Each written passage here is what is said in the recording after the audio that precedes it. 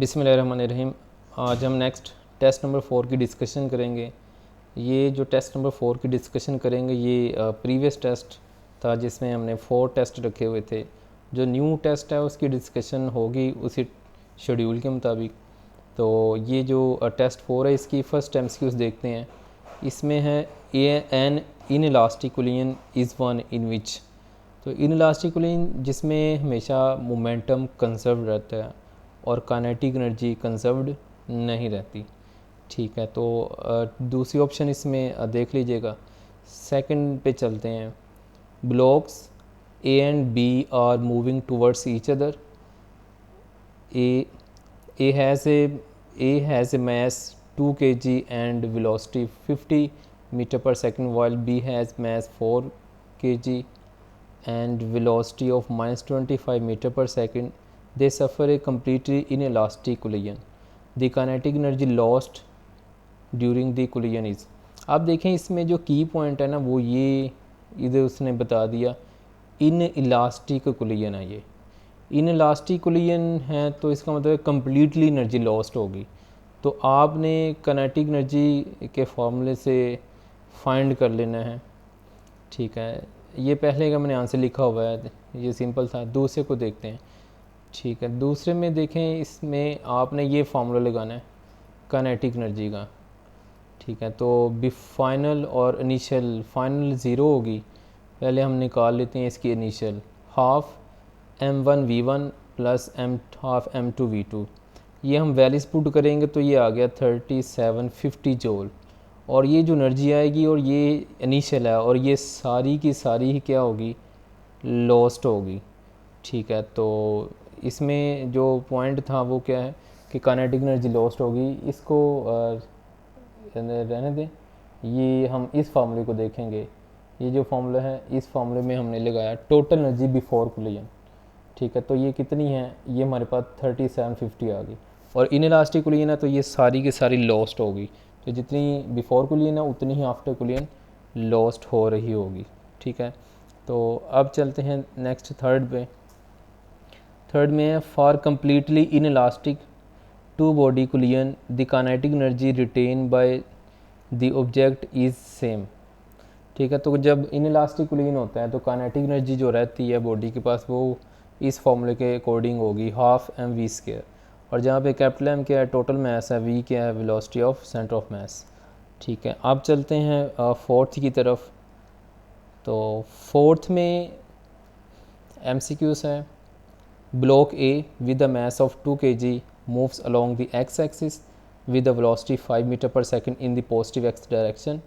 It suffers an elastic collision with block B initially at rest, and the block leave the collision along the x-axis if B is much more massive than A, the speed of A after collision. ठीक है, ये जो इस तरह के question है ये बहुत इम्पोर्टेंट है, इनको आपने अच्छी तरह से करना है। ये एक्चुअली एफएससी का थर्ड चैप्टर है, elastic collision in one dimension है। वहाँ पे 4 केस दिए हुए हैं, तो उन 4 केसेस में ये एक है जिसमें उसने कहा है कि ये जो सेकंड मैस है हैवी है और सेकंड मैस हैवी होगा तो इनिशियल का हम मैस लेट कर लेंगे अप्रोक्सीमेटली 0, यानी मैस वन लेस है तो अप्रोक्सीमेटली 0 हो गया। तो 1 की आफ्टर कोलिजन हमने वेलोसिटी फाइंड करनी है। ये फार्मूला आपको याद होगा, फार्मूले में v2 0 है, स्टेज दूसरा मैच रेस्ट पे था तो v2 0 है। पुट किया, वैल्यू सारी लगाई तो हमारे पास -5 मीटर पर सेकंड आ जाएगा। ठीक है, तो इसमें ये आंसर आ जाएगा सी ऑप्शन। ये बोल्ड जो मैंने किया हुआ ये करेक्ट आंसर है। अब फिफ्थ पे चलते हैं। A very massive object travelling at 10 metre per second strikes a very light object initially at rest. ये भी उसी तरह का है। And the light object move off in the direction of travel of the heavy object if the collision is elastic the speed of lighter object is. ठीक है, तो same ये भी उसी तरह इलास्टिक इन इलास्टिक कोलिजन में से है। तो अब इसमें देखें m1 ग्रेटर m2 से। ठीक है, आप पढ़ेंगे इसको केयरफुली तो आप देखेंगे m1 m2 से ग्रेटर है, जो स्मॉलर होगा उसको अप्रोक्सीमेटली 0 पुट कर देंगे। ठीक है, तो v2 दूसरा मैस रेस्ट पे था। ठीक है, आपको डायरेक्ट रिजल्ट भी याद कर सकते हैं। डायरेक्ट रिजल्ट में क्या आ जाएगा, 2v1 आ जाएगा। ये डायरेक्ट रिजल्ट याद रखें इस सिचुएशन से। और v1 कितनी दी हुई है, V1 हमें दी हुई है 5, तो 5 इंटू 2 10 इसका हमारे पास आंसर आ जाएगा। ठीक है, वेरी इंपॉर्टेंट, ये इस तरह के आ सकते हैं आपको PPSC में। उसके बाद नेक्स्ट हम चलते हैं 6 की तरफ। 6 में कहता है sphere A has mass m and is moving with velocity v, it makes head-on collision with a stationary sphere b of mass 2m. After the collision their speed v and a, मतलब ये भी उसी तरह का दिया हुआ है। ठीक है, इसको भी सॉल्यूशन में देख लेते हैं। तो इसका सॉल्यूशन अगर आप देखें तो ये 6 और 11 जो है ना ये रिपीट हुए हैं, तो इस वजह से ये 11 और 6 एक जैसे क्वेश्चन है, रिपीट हो चुका है। तो 6 में ये क्या क्या कहा है, m1 को मैस m कह दिया, v1 को उसने v कहा है, और सेकंड मैस स्टेशनरी है, और सेकंड का मैस फर्स्ट से कितना है 2 टाइम्स ग्रेटर है। ठीक है, तो ये फॉर्मूला आपको याद होगा, यहाँ पे वैल्यूज पुट की। ठीक है, तो सॉल्व किया तो हमारे पास सॉल्व करने से आंसर ये आ जाएगा -v/3 आ जाएगा। ठीक है, -v/3 ये आंसर आ जाएगा। और फिर v2 प्राइम निकालना है, v2 प्राइम के लिए ये फॉर्मूला लगाएंगे, इसको भी सॉल्व करेंगे तो आंसर आ जाएगा। आप ये देखेंगे ये वाला फॉर्मूला ये वाला मैच हो जाएगा आपका आंसर के साथ। ठीक है, तो ये मैच हो गया तो दूसरा फिर 100% यही होगा। ठीक है, अगर ये बाकी सिचुएशन देखने से पता चल जाएगा डायरेक्ट ही। ठीक है, अब चलते हैं 7 की तरफ। तो 7 में लिखा हुआ है two pendulum bobs of unequal mass are suspended from the same fixed point by strings of equal length. The lighter bob is drawn aside and then released so that it collides with the other bob on reaching the vertical position. The collision is elastic. What quantities are conserved in the collision? ठीक है, तो ये collision जब होगा, ठीक है, तो elastic collision होता है। इलास्टिक कोलिजन में काइनेटिक एनर्जी भी और मोमेंटम भी कंजर्व रहता है। मोमेंटम इधर लिखा हुआ है एंगुलर मोमेंटम, हम तो लीनियर में पढ़ते हैं, लेकिन एंगुलर मोमेंटम के बारे में कहा जाता है कि बॉडी चाहे रेस्ट में है या लीनियर मोशन कर रहा है तो ये इंट्रिंसिक प्रॉपर्टी है एंगुलर मोमेंटम। ये आप लीनियर मोशन में भी कोई बॉडी होगा तो उसमें भी क्या होगा, इंट्रिंसिक प्रॉपर्टी है, तो लीनियर मोशन में भी एंगुलर मोमेंटम होता है। तो फिर हम कहेंगे काइनेटिक और एंगुलर मोमेंटम दोनों क्या रहेंगे, कंजर्व रहेंगे, तो बाकी कोई ऑप्शन नहीं बनती। अब 8 देख लेते हैं। 8 में कहते हैं if two objects are in thermal equilibrium with each other, अगर टू बॉडी थर्मल इक्विलिब्रियम में तो वो आपको पता है थर्मल इक्विलिब्रियम में टेम्परेचर डिफरेंट नहीं होते, सेम होते हैं। तो इसने ये कहा है कि they can not be at different temperature, तो ये बेस्ट ऑप्शन है। आगे हम चलते हैं 9 पे। तो 9 पे इधर लिखा हुआ है an inelastic collision is one in which, inelastic collision क्या होता है, जिसमें मोमेंटम कंजर्व तो रहेगा बट काइनेटिक एनर्जी कंजर्व नहीं रहेगी। ये मोमेंटम भी टोटल मोमेंटम होता है। ठीक है, 10 पे चलते हैं। When A particle suffers A head on elastic collision with another particle initially at rest, the greatest fraction of kinetic energy is transferred if. ठीक है, तो इसमें ये भी ना ये इलास्टिक कोलिजन के जो 4 केस हैं उनमें से एक केस है। अब ये जो केस आ रहा है इसमें देखें आप टेक्निकली इसको देखें तो जो हेड ऑन कोलिजन जब होता है तो कब मैक्सिमम एनर्जी ट्रांसफ़र होती है, ये पहला केस है। पहले केस फर्स्ट केस में हमने क्या पढ़ा हुआ है, मैसेस इक्वल हों तो फर्स्ट की स्पीड दूसरे को और दूसरे की स्पीड पहले को ट्रांसफ़र हो जाती है, तो मैक्सिमम ट्रांसफ़र होती है। तो फिर हम कहेंगे जब क्या होगा, इंस्टेंट और टारगेट दोनों के मैस सेम हो। ठीक है, तो ये डायरेक्ट हमें टेक्निकली इसका पॉइंट याद होगा तो इधर से बता देंगे। ये 11 का भी मैं आपको बता कर रहा हूँ, 6 और 11 सेम है। ये 11 रिपीट हुई है, 6 है बिल्कुल, 6 ही रिपीट हुई है 11 में। उसके बाद 12 पे हम देख लेते हैं।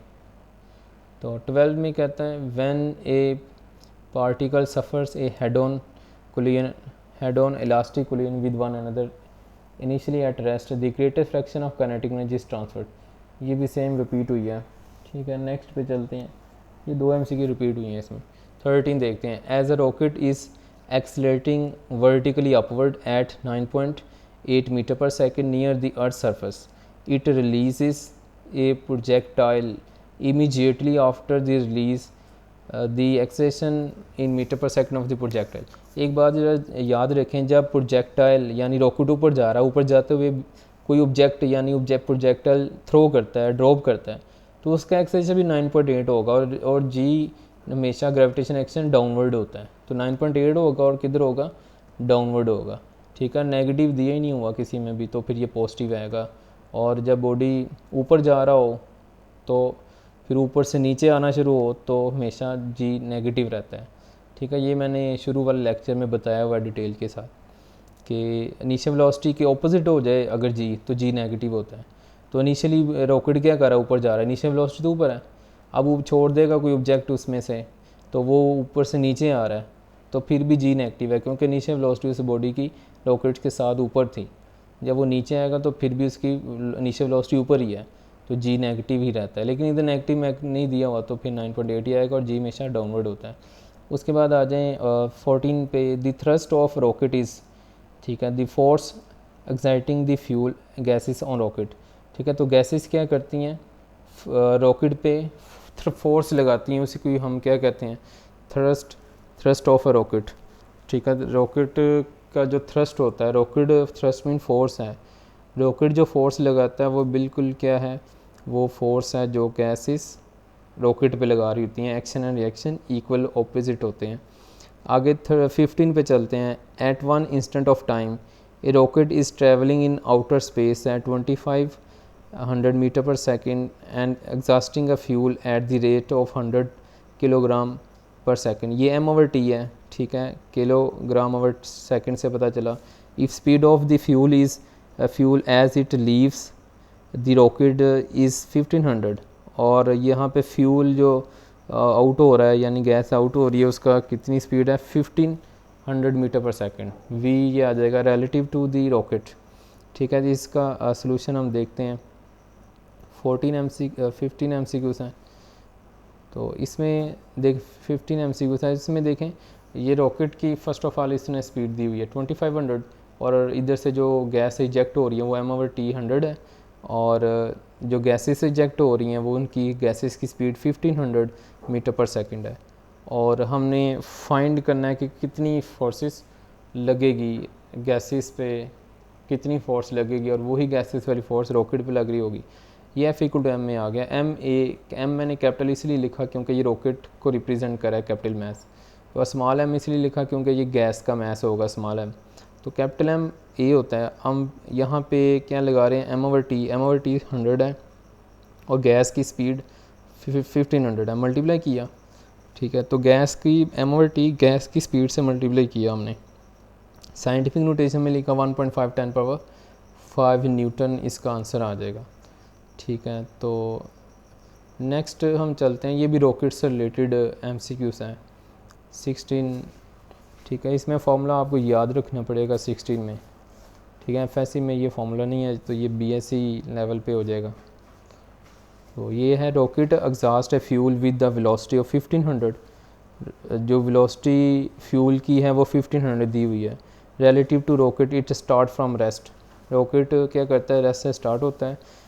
इन outer space with the fuel comprising 80% of the rocket mass, जो फ्यूल है वो 80% मैस ऑफ रॉकेट पे मुश्तमिल है। When all the fuel has been exhausted its speed is, तो स्पीड बतानी है जब सारा रॉकेट में से फ्यूल कंज्यूम हो जाएगा, तो रॉकेट की हम स्पीड बताना चाहते हैं। ये आपने फार्मूला याद रखना है, change in velocity delta V is equal to V exhaust. V exhaust में जिस वेलोसिटी से गैसेस आउट होंगी log ऑफ m1/m2। अब ये डेल्टा V V2 - V1 है, और ये m2 हमने मैस देखना है, तो देखें ये जो m2 है ये इक्वल है टोटल मैस माइनस 80%। ये 0.8 बता रहा है 80% को, क्योंकि 80/100 0.8 हो जाता है। ठीक है, तो यहाँ पे ये जो आ रहा है ये क्या है, 80% ऑफ मैस ऑफ रॉकेट को हम क्या कर दें, टोटल मैस में से माइनस कर दें, तो ये मैस आ जाएगा। ठीक है, तो अब इसको ये हमने माइनस किया, m1 टोटल मैस में से हमने माइनस कर दिया 80% फ्यूल का मैस, तो ये रॉकेट का मैस आ जाएगा फ्यूल विदाउट फ्यूल। अब इसको इस फॉर्मूले में पुट करते हैं। इनिशियल वेलोसिटी रॉकेट की 0 होगी, V1 0 पुट किया, और V एग्जॉस्ट गैस की स्पीड 1500 है, m1 को वैसे रहने दिया, और m2 की जगह पे क्या लिख दिया, 0.2 m1। ठीक है, ये 0.2 m1 है, और फिर इसको m1 से कैंसिल होगा तो 1 ओवर 0.2 आ जाएगा, और इसको हम सॉल्व करेंगे तो ये 2414 आ जाएगा, और हमारे इधर ऑप्शन में जो दिया हुआ है वो 2400 आंसर दिया हुआ है, तो अप्रॉक्सीमेटली इक्वल होगा। 17 पे चलते हैं। 1000 kg space probe is motionless in space. ठीक है, मोशनलेस है कोई भी रॉकेट या स्पेसशिप स्पेस के अंदर। टू स्टार्ट मूविंग, स्टार्ट करता है मूविंग, स्टार्ट करता है मूव करना, और its main engine is fired for 5 second during which time it eject exhaust gases 1500 gases eject करेगा 5000 मीटर पर सेकेंड से। At the end of this process it is moving at 20 metre per second. और फिर rocket कितनी speed से move करता है? 20 metre से। तो हमने बताना है गैस कितनी स्पीड से फिर इजेक्ट होंगी। ठीक है, इसमें देखते हैं, ये फार्मूला है delta P over delta T, applied force equal to rate of change of momentum, और फार्मूला लिखा delta M over delta T into V. और यहाँ पे हमने क्या किया, डेल्टा एम निकालना है, मैस निकालना है। ठीक है, और यहाँ पे F इक्वल टू एम में लगाया। ये जो एम है ना, ये रॉकेट का मैस है, और ये रॉकेट का एक्सेलरेशन है। और एक्सेलरेशन को निकालने के लिए हमने क्या किया, यहाँ पे V ओवर टी लगाया। V 20 है, टाइम 5 है, तो एक्सेलरेशन 4 आ गया। इस 4 को इधर पुट किया तो यहाँ पे 4000 फोर्स लगेगी रॉकेट पे, और वही फोर्स गैसेस लगा रही होंगी, और ये इधर फोर्स 4000 लगा देंगे, और टाइम 5 है, और V हमें जो गिवन में दिया हुआ है वो 5000 है, पुट करेंगे इधर। तो ये सॉल्व किया तो हमारे पास क्या आ जाएगा, 4 kg हमारे पास मैस आ जाएगा, approximately mass of ejected gas. जो गैस का मैस इजेक्ट होगा वो 4 kg होगा। नेक्स्ट पे चलते हैं 18 में। 18 में कहते हैं projectile in flight explodes into several fragment, the total momentum of the fragment immediately after the flame. Explode कर देता है कोई भी ऑब्जेक्ट प्रोजेक्टाइल, तो जो इसके पीसीस होंगे उन तमाम पीसीस का सेम मोमेंटम होगा। ठीक है, आफ्टर एंड बिफोर कोलिजन, तो पीसीस को कलेक्ट कर लें उसका मोमेंटम, और जो बिफोर टोटल था वो सारा इक्वल होगा। मतलब law of conservation momentum initial और फाइनल मोमेंटम इक्वल होता है। उसके बाद चलते हैं 19 में। Which of the following is not an example of accelerated motion. तो हॉरिजॉन्टल कंपोनेंट जो होता है प्रोजेक्टाइल का, ये एक्सीलरेटेड मोशन की एग्जांपल नहीं है, क्योंकि इसके लॉन्ग फोर्स नहीं लग रही होती। यानी आप यूँ भी कह सकते हैं कि हॉरिजॉन्टल के लॉन्ग वेलोसिटी कांस्टेंट, तो एक्सेलेरेशन ज़ीरो, तो फोर्स ज़ीरो, यानी ये एक्सीलरेटेड मोशन नहीं होगी। बाकी सब में क्या होगा, अर्थ रोटेट कर रही है, या पेंडुलम मूव कर रहा है, वाइब्रेट कर रहा है, या सर्कुलर मोशन है कौन सी स्पीड से, या वर्टिकल मोशन, सब में स्पीड चेंज होगी, एक्सेलेरेशन आएगा। ठीक है, आगे हम चलते हैं 20 पे। और 20 में कहता है ए projectile is shoot vertically upward with a given initial velocity. It reaches a maximum height 100 meter if on a second shoot the initial velocity is doubled, then the projectile will reach the maximum. कह रहा है पहले हम rocket को क्या करते हैं, shoot करते हैं मैक्सिमम हाइट 100 आगे, फिर सेकंड शूट किया एक और हमने प्रोजेक्टाइल को शूट किया तो उसकी मैक्सिमम हाइट पर डबल वेलोसिटी होती है। तो डबल वेलोसिटी होती है, तो बताएं मैक्सिमम हाइट कितनी होगी जिसको हमने शूट किया और डबल वेलोसिटी है मैक्सिमम हाइट पे, और मैक्सिमम हाइट कितनी होगी। ठीक है, तो इसका सलूशन हम देखते हैं। इसका सलूशन हम यूँ कर सकते हैं, ये प्रोजेक्टाइल मोशन के फार्मूले हैं। आप यहाँ पे क्या करें, हाइट ऑफ प्रोजेक्टाइल का फार्मूला लगाएं। हाइट ऑफ प्रोजेक्टाइल के फार्मूले में वेलोसिटी आती है, तो आप क्या करें, वेलोसिटी को क्या करते हैं, डबल कर लें, और वहाँ पे फार्मूला रीअरेंज कर लें, और फिर इनिशियल 100 पुट कर देंगे जो फार्मूला बनेगा, और 100 को फिर मल्टीप्लाई कर देंगे डबल से 2 से। ठीक है, तो इसका आंसर फिर बन जाएगा 20 का आंसर आ जाएगा ई, यानी ये 400 आ जाएगा, यानी इसके मुताबिक 4 आएगा, 4 इंटू 100 आएगा, तो 400 बन जाएगा। ये ना हो तो बता दीजिएगा, सिंपल है, जस्ट आपने प्रोजेक्टाइल हाइट ऑफ प्रोजेक्टाइल का फार्मूला लगाना है, h is equal to VI² sin² theta over 2g। ये इसका फार्मूला होता है, ठीक है, वी एस के sine square theta over 2g। अब इसमें वी आई को डबल कर देना और सॉल्व कर लेना, ये एफ एस की बुक में दिया हुआ है। आगे चलते हैं 21 पे। ये भी प्रोजेक्टाइल मोशन का है। Velocity of projectile equals its initial velocity added to. Initial projectile की वेलोसिटी इनिशियल की वेलोसिटी के इक्वल होती है तो कॉन्स्टेंटली इंक्रीज़ करती है डाउनवर्ड। यानी आप प्रोजेक्टाइल को ऊपर थ्रो करते हैं तो ऊपर जाते हुए इनिशियल वेलोसिटी क्या आती है, डिक्रीज़ होती है, मैक्सिमम हाइट पे ज़ीरो हो जाती है, मिनिमम हो जाती है, फिर नीचे आता है तो इंक्रीज़ होना शुरू हो जाती है। तो फिर ये बेस्ट ऑप्शन एक ही दी हुई है कि इंक्रीज़ करती है इनिशियल वेलोसिटी जब वो नीचे आ रहा होता है, ठीक है। तो 22 पे चलते हैं। A large cannon is fired from ground. इसमें भी हमने क्या करना है, हॉरिजॉन्टल रेंज फाइंड करनी है। आप इसमें देख लें, स्पीड दी हुई है, हॉरिजॉन्टल स्पीड दी हुई है, एंगल दिया हुआ है, ठीक है, एंगल हमें मेंशन किया हुआ है और यहाँ पे स्पीड दी हुई है v, ठीक है। और हमने क्या फाइंड करनी है, ये निगलेक्ट किया है, व्हाट इज़ हॉरिजॉन्टल रेंज। और हॉरिजॉन्टल रेंज का हमारे पास फार्मूला होता है r is equal to we i square sine 2 theta over g. ये रेंज का एफ एस सी में फार्मूला दिया हुआ है, ठीक है। यहाँ से आप इसको कर सकते हैं, r is equal to we I X cos V I X T होता है, r is equal to we I X into T, ठीक है। तो आप इन दोनों में से इसको रीअरेंज करें, सॉल्व करें, ठीक है। ये भी मैथमेटिकल प्रोजेक्टाइल का आप कर लेंगे। Two projectile are in flight at the same time, acceleration of relative to other. आगे ऑप्शन दी हुई है, कह रहा है कि टू प्रोजेक्टाइल हैं जो कि क्या कर रहे हैं, सेम टाइम पे फ्लाइट करते हैं, तो दोनों का एक दूसरे के लिहाज से एक्सेलेरेशन ज़ीरो होगा। मतलब वो एक दूसरे के लिहाज से सेम स्पीड से मूव कर रहे हैं तो रिलेटिव वेलोसिटी उनकी ज़ीरो, एक्सेलेरेशन ज़ीरो हो जाएगी क्योंकि सेम स्पीड से मूव कर रहे हैं। ये ऊपर वाले जो मैथमेटिक्स छोड़े हैं ये कर लेंगे आप, ना हो तो मुझे कमेंट सेक्शन में बताएं, मैं आपको करवा दूंगा।